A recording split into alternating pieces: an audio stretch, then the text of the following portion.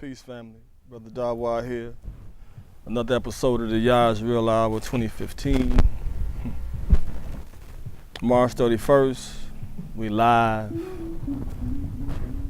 And I do want to thank the ancestors, thank the Creator for allowing me another opportunity to be able to sit before you again. I have, this is a live calling show. The number is 312-738-1845. That's 312-738-1845. You can call and give your comments, whether you agree, disagree, what have you. I don't want to go to the phone lines too quickly because I have a guest, very distinguished guest here today. And I want to make sure that I introduce this guest. He has connections with the civil rights era and a legacy that he is trying to uphold and protect. And you know, we as black people in this country and throughout the diaspora, we have legacies that have been taken and destroyed, or taken and, kind of refigured, or, given to us in a whole different frame of mind. Well, the faces have been changed of those who played, the major players in the games that we've had, throughout historically. And we want today to make sure that we uphold the legacy of Dr. Ernest C. Weathers Sr. I have his son here with me, Brother Andrew Jerome Withers, and I am very thankful to have you here on the set, brother. Pleasure's all mine, Brother Dawa. Exactly. Yes, Thank you so much. Why don't you do us a favor and tell the audience a little bit about yourself and a little bit of the reason why we're here tonight. Well, I'm going to start off like you, Brother Dawa, and giving thanks to the ancestors and saying Hotep. Assalamu alaikum. To peace and blessing be upon you. I'm honored to be part of this show. But to tell you about me is the first question that I want to make sure I understand. You're asking the question who I am. Exactly. You're the seventh son of Mr. Withers Sr., correct? That's right. I'm the seventh son. And I was born in Memphis, Tennessee.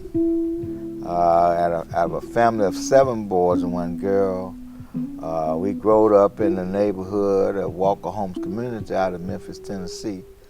A profound neighborhood. Actually, Walker Homes was, of course, named after an African-American, J.E. Walker, and it was built by an African-American, and also it was also a place where, even today, that African-Americans stay. And it's a profound neighborhood. So we grew up in that area, and of course, as a 7th son, of course, I received a lot of hand-me-downs.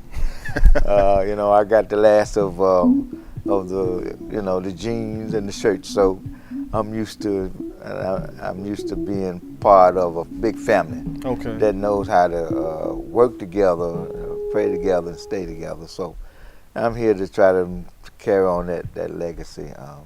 But my history as a photographer, was of course as a mentor of my father.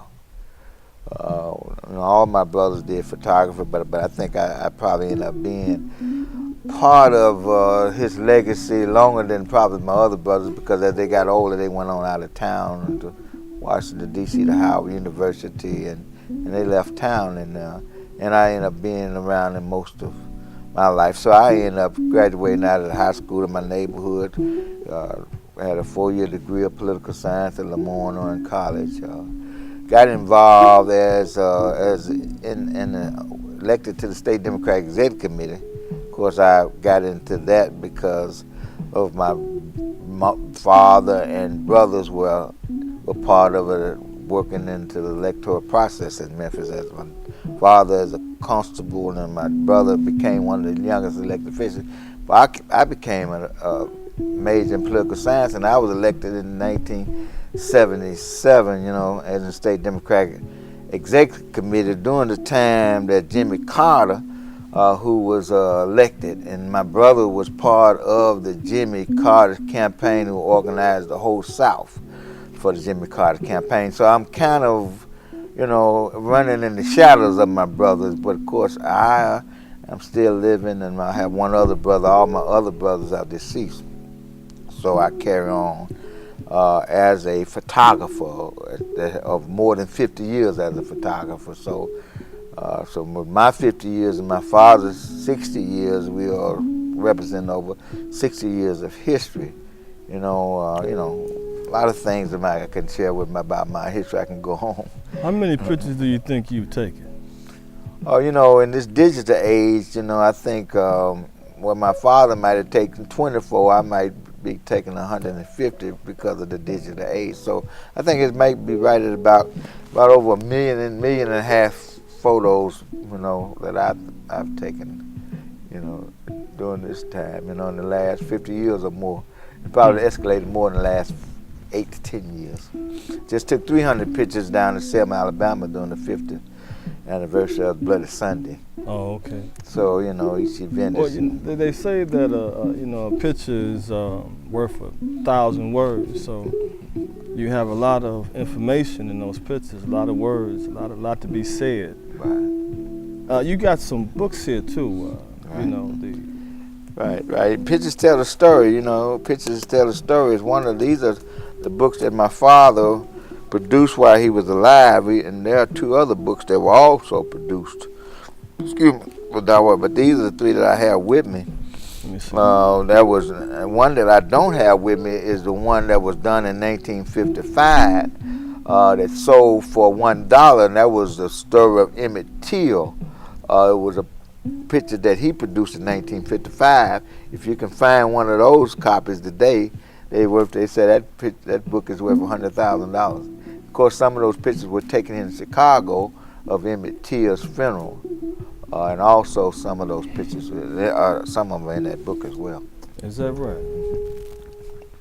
So it says pictures tell the story. That's one thing that we have to make sure, like I said before, we have to make sure that when our story is told, it's told properly. Because the powers that be, we know, usually tend to come behind us and tell a totally different story and leave us out of the story and take all the profit, the money, and everything. And that's why we're here, right? Exactly. That's what is going on with our legacy, and that's why, we are putting on notice that these pictures that are here, and there are a lot of them that are unpublished. And I can say that, of all the pictures that have been published, there are even more that are going to be published, and we want to just make sure that the proper credit is given to the author of the photos, and so that only the author can tell the story of basically what happened in those different pictures. And so we build a legacy, we build a memory bank, we build, educational research center, all the things that would take for us to understand where we come from, where we are now, and where we need to go. So why don't we talk a little bit about Mr. Withers Sr.? Well, my father was an energetic sports enthusiast, but most of all known for his photography. But he was a family man. He got his training in photography in the Army. His grandfather wanted him to be a postman like his daddy was, but of course during that time, and there was a story that my daddy, he came to Chicago before he got married. Came here with another friend. He came here looking for an opportunity right after he got out of high school. But he came here on the railroad. He hoboed the train and came up here. But his friend ended up staying, but something happened. My daddy said he decided he needed to go back to Memphis, so he went back. But his career started in photography and taking pictures when he was 14 years old. His sister bought a camera for her boyfriend. She didn't want it, gave it to him. It just so happened that Joe Lewis' wife, Marva Collins, was there at Manassas High School. They met. He had to picture the camera, and of course, when Marva Collins began to speak, he went up front. We talking about in the 30s now, right? He went up there and took a picture of Marva Collins, Joe Lewis' wife, and of course the children sniggled at him. And my mama described that in an upcoming tape that we probably share. Oh yeah, a tape. So we do actually have a roll in that I wanna play. Now this before we play the roll in though, and after the roll in I want you to cue up the music. But before we go to the roll in, why don't you set us up for the roll in? What are we about to see? What is the audience about to see? Well, what roll-in? this is a profound message. I call it my mother's last will in the Old Testament of what has she said, what needs to be done and what should be done with the legacy of the works of a collective family of photographers. And so she was interviewed by Ford Nelson, who was from WDIA, who came by the house 2 months after my father had died and did an interview. Now Ford Nelson been on the radio 50 years, so he came by because they were high school friends. So he did a recording of her, and she talks there, and that basically what she says that what needs to be done, and we put it on our Ernest was a Senior Foundation Facebook page as well for listening, and that people can go back and listen to and see the direction of the mother, the matriarch of the family, exactly, who wanted what she said, what needs to be done. And so I wanted that to be played because some of those things are not moving toward as if she wanted to be done. And so there are some situations that are happening that are trying to block what my mother wanted done. Mm-hmm. And so as one of the sons and that are living, I'm here to make sure that my mother's wishes are carried on to the fullest, and the truth marches on. Excellent, excellent. Let's go to the roll-in right now. Look at this roll-in.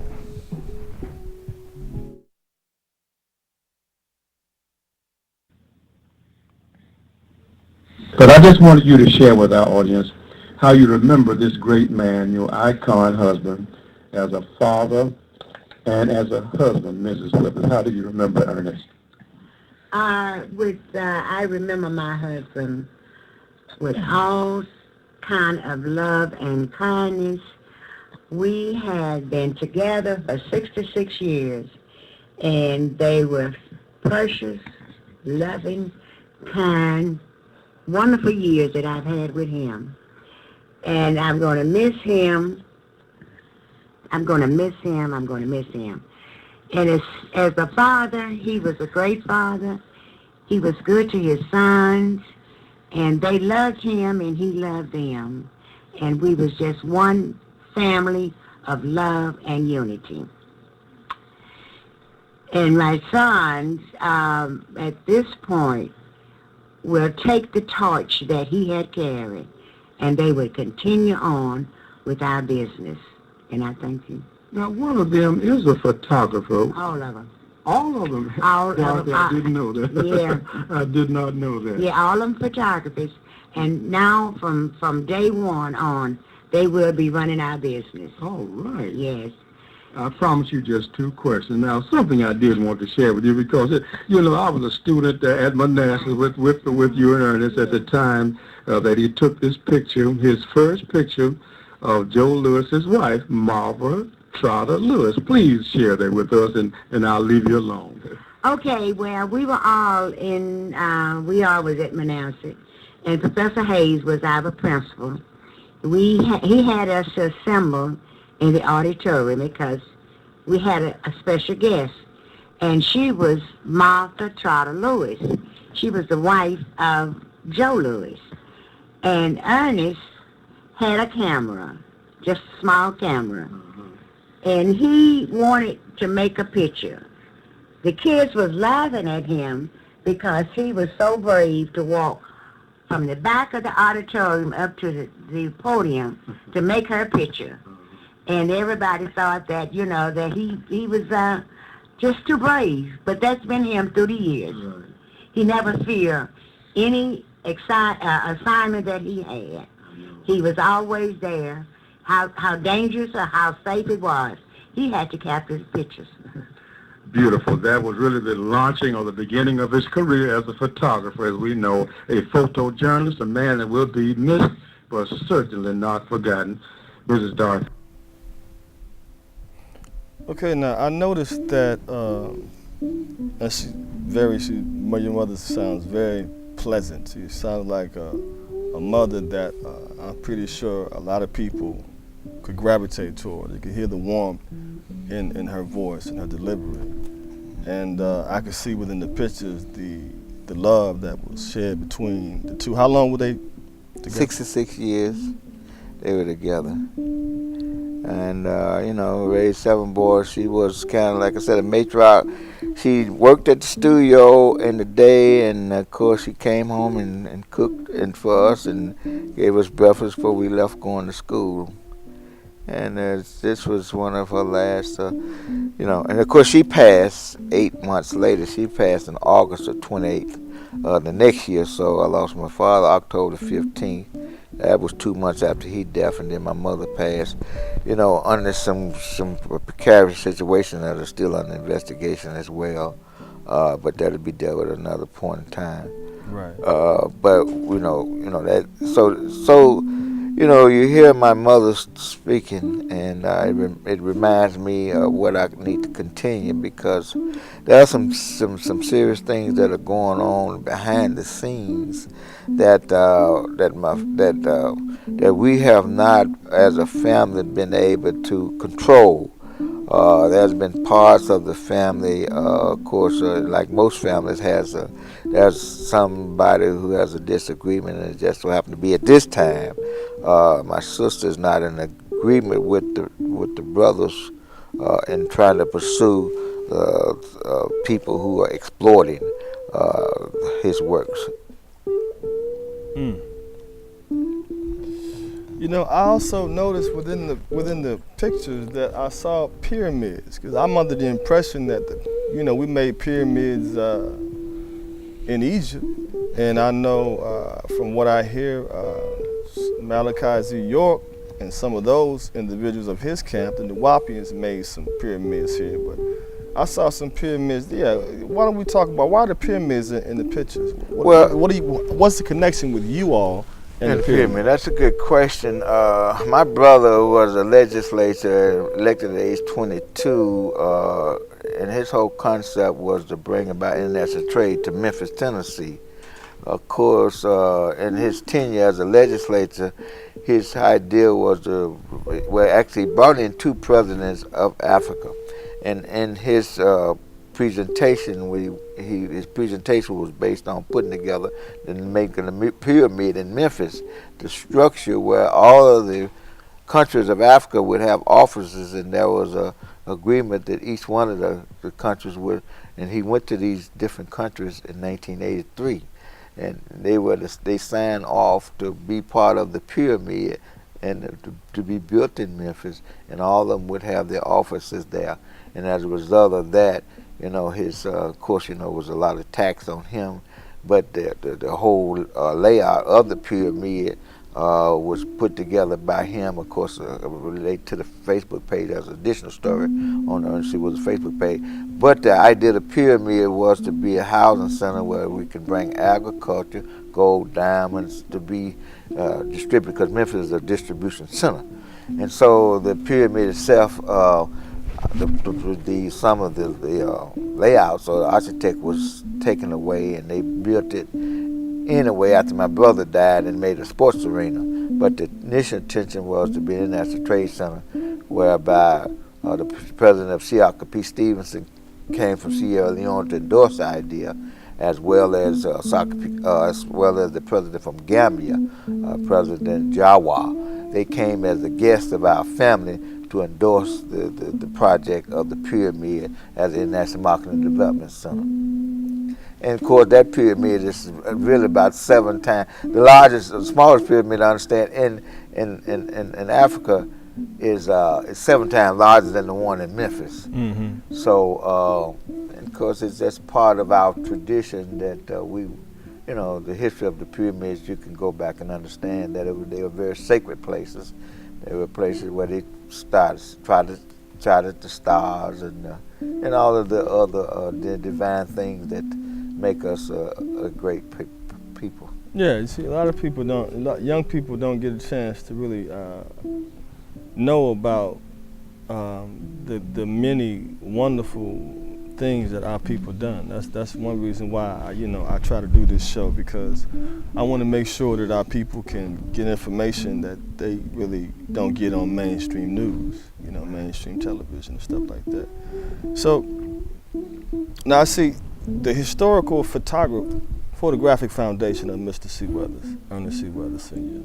Well, it was established before my daddy passed, with the agreement of all brothers to start this foundation to make it an organization to continue to build his legacy. And of course, it's been going on since 2002. The foundation is an active organization that is continue to archive and curate, my works, my brother's works, and my father's works. Over, like I mentioned, over 100 years of history. We're talking about negatives that that were taken in the 40s, of weddings. We have 4x5 weddings, and so the foundation is there as a vehicle to raise money to help us save, and of course it is a tax deductible organization whereby you can support our efforts to produce. We have enough to produce 50 or more books of unseen pictures. We have enough to produce 50 more documentaries. So who are some of the people in which your father had a chance to take pictures with and to know intimately? Because I know taking pictures is an intimate type of thing. Well, right now the ones that are still alive, I could say B.B. King, Charlie Pride. Some of the people still alive, Andrew Young, MacArthur, who was a person who came up with the Black Power theme. He's out of Atlanta. We call him Willie Ricks MacArthur. He came up with the Black Power theme in 1966. He's one of the persons that are in the pictures. Numerous of, they're dying off fast, some of the old people, some of the living people. But of course, as far as the musician, people in the music business, you can go from James Brown to Ray Charles. You can go from Frankie Lyman. Let me see. Oh, Frankie Lyman. Oh yeah, we have Frankie Lyman in there. Wait a minute now, Frankie. Hold on now, Frankie Lyman. Now, Yeah. now I saw that Muddy movie. Waters. What is Love? Why do fools fall in love? Where His Lorenz Tate. His bitches in that book. Lorenz Tate played him. I don't know if you can zero in on that. That's B.B. King there, and Evelyn Young on that picture. This is one of the pictures of really before Daddy was taking pictures of these people before they became famous. You got pictures of, like I mentioned, Muddy Waters. You got pictures of, over 80 to 90. You got Rita Franklin. You got Sam Cooke. You got Ruth Brown. You got Willie Mitchell. You got Al Green. You name it. You flip through the pages, and I can help you to identify some of the people that I forget. But you got Louis Armstrong there on that picture there. These people frequented Memphis. Memphis, of course, was a spot for entertainment. It was a spot for, with Negro baseball. People came because one of the first Negro baseball stadiums was built in Memphis, was the Martin Stadium. Of course, these musicians would leave Beale Street. They would leave the baseball game and then go down on Beale Street, and they would be entertained by these musicians. So you got Marvin Gaye in there. You have Aretha Franklin in there. Of course, Sam Cooke. You have Howlin' Wolf. You got some of the oldest DJs. You have Rufus Thomas in there. Who are these two young fellas? These young men were a part of the WDIA. WDIA was considered as the first black format station. These young men, their names are on there. We call them the twins of WDIA. It was taken in 1948. They were, this picture, if you go back and look at the Manchurian Candidate, you'll see this particular on Denzel Washington movie. The Manchurian has one of the background images. So it just shows you the value of some of these pictures. They're used into movies and documentaries, and some people sometimes use them for background for music. Gay Mouth Moore, you got Mahalia Jackson in there. You got you got Big Ella in there. You got little Laura Dukes in there. You got so many musicians that frequented Memphis, frequented Beale Street.